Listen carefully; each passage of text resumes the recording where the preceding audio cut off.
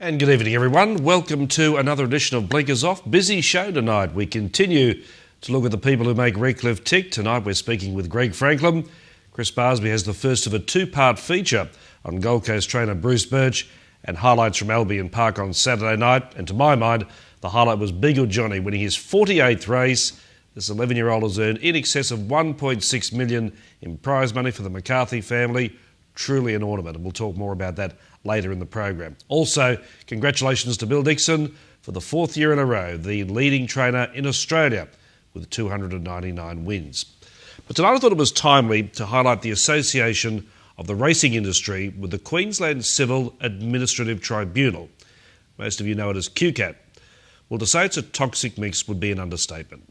Rarely do the three racing codes agree on anything because vested interests reign supreme. But in this case, there seems to be a common argument that QCAT is not working for the betterment of the racing industry. Those who would disagree would be the many licensees that have had appeals heard and their punishments either lessened or thrown out. The decisions on that side of the scales of justice are overwhelmingly stacked, and many in the racing industry are crying foul. By way of background, the Racing Appeals Tribunal, along with many other bodies, was incorporated into QCAT in December 2009. Appeals are heard by up to 3 members, as the term is used. Now, to quote their charter, members can be lawyers or other people who have knowledge, expertise or experience about the matter at hand. Now, granted, Brock Miller falls into that category, but Mr Miller cannot hear every appeal, and there's ample proof to show appeals are often heard by members who do not qualify in the aforementioned criteria. And this cuts to the chase. People with limited or little racing knowledge are making judgments on decisions delivered by people with extensive racing knowledge, i.e. the stewards. The imbalance is frightening, and this has been known for some time. Now, while no one will go on the record, I believe stewards panels could be weighing up punishments with the understanding that there's a long odds-on chance they'll be lessened when they get to the QCAT level. It's an unhealthy practice. The farcical situation has gone on for too long. However, there's every indication an LNP state government would return to the former days of the Racing Appeals Tribunal. But look, that's at least 6 months away, and also based on an LNP victory. Presently, Racing Queensland and the Labor government, the state Labor government, enjoy a healthy relationship. It's high time they use some capital from that relationship to get racing appeals back where they belong, with people who know what racing is all about. Let's now continue our look at Redcliffe's colourful characters. Kerry Abbott last week. Tonight, it's Greg Franklin.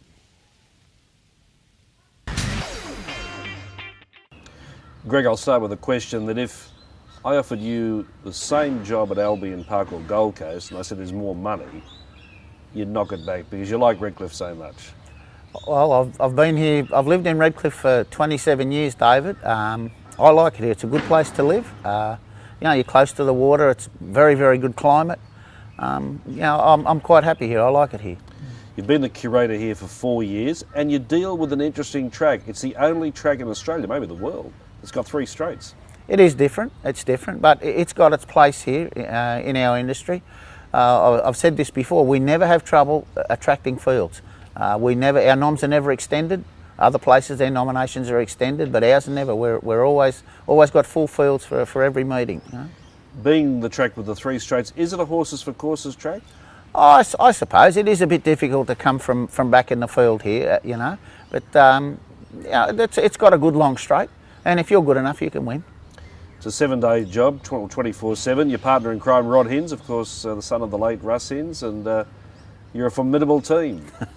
Yeah, is that one way of putting it? Yeah, he's out there working now while I'm here.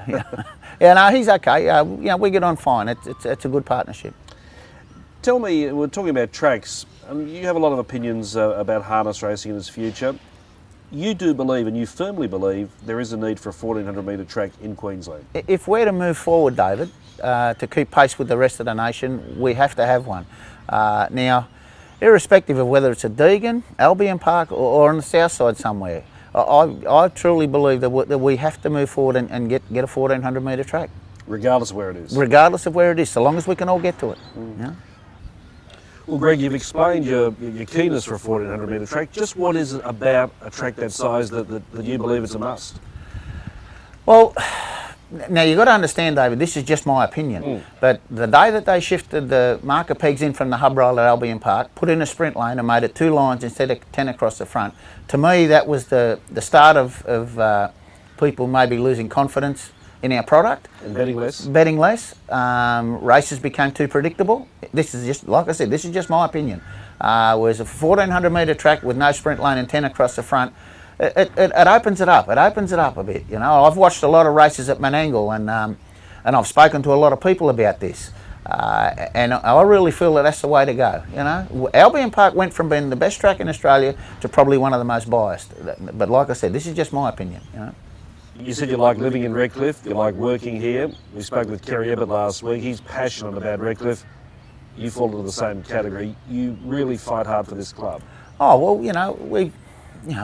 we've had a lot of hurdles to overcome over the years. You know, there's been various. It's too numerous to mention, really, the number of problems that we've had. But you know, we're still going. You know, we're still going. You've had a good harness racing career. You came up from Sydney almost 30 years ago. You've had some nice horses. There's one horse, though, that really stands out in your mind as maybe not the best horse, but your favourite horse. Oh, Motor Parade was quite a remarkable horse. We claimed him for $3,000, and actually he got to the stage one night where he was a reserve for a Grand Circuit race. Now he didn't get in, but you know, I think it was the Trans-Tasman with Be Good Johnny and Black's a Fake. He didn't get a start, and I thought there would have been something to take a 3-claimer to a Grand Circuit race. But he ended up being a competitive free-for-aller. Very, very unsound horse, very unsound, but just kept getting better as he got older. And you know, how he did it on a daily basis was quite remarkable to watch. You know. Another chapter in your harness racing career was going to America, I think, for 2 years, and you learned a lot from that. Yeah, that particular horse that you just mentioned, I probably wouldn't have had the success with him had I not gone to America. They were very clever with looking after legs and feet. That horse had troublesome feet and fetlock joints, and their techniques in looking after those situations I found very interesting and helpful. So life for Greg Franklin, or Franco as you're best known, stays the same for the short term and the long term, just looking after Redcliffe and promoting its cause? Yeah, pretty much. But yeah, I'm quite happy here, David. It's okay. Do you still put the flag up at night? Oh. Is that what it is? Yeah. Well, either one of us does that particular one. Yeah. Thanks for your time. Yeah. All right. Thank you, David. Yes, Franco does a good job down at Redcliffe, and of course, don't forget they race every Wednesday night and most Saturdays. We'll take a break. Be back with more on Blinkers Off in just a moment.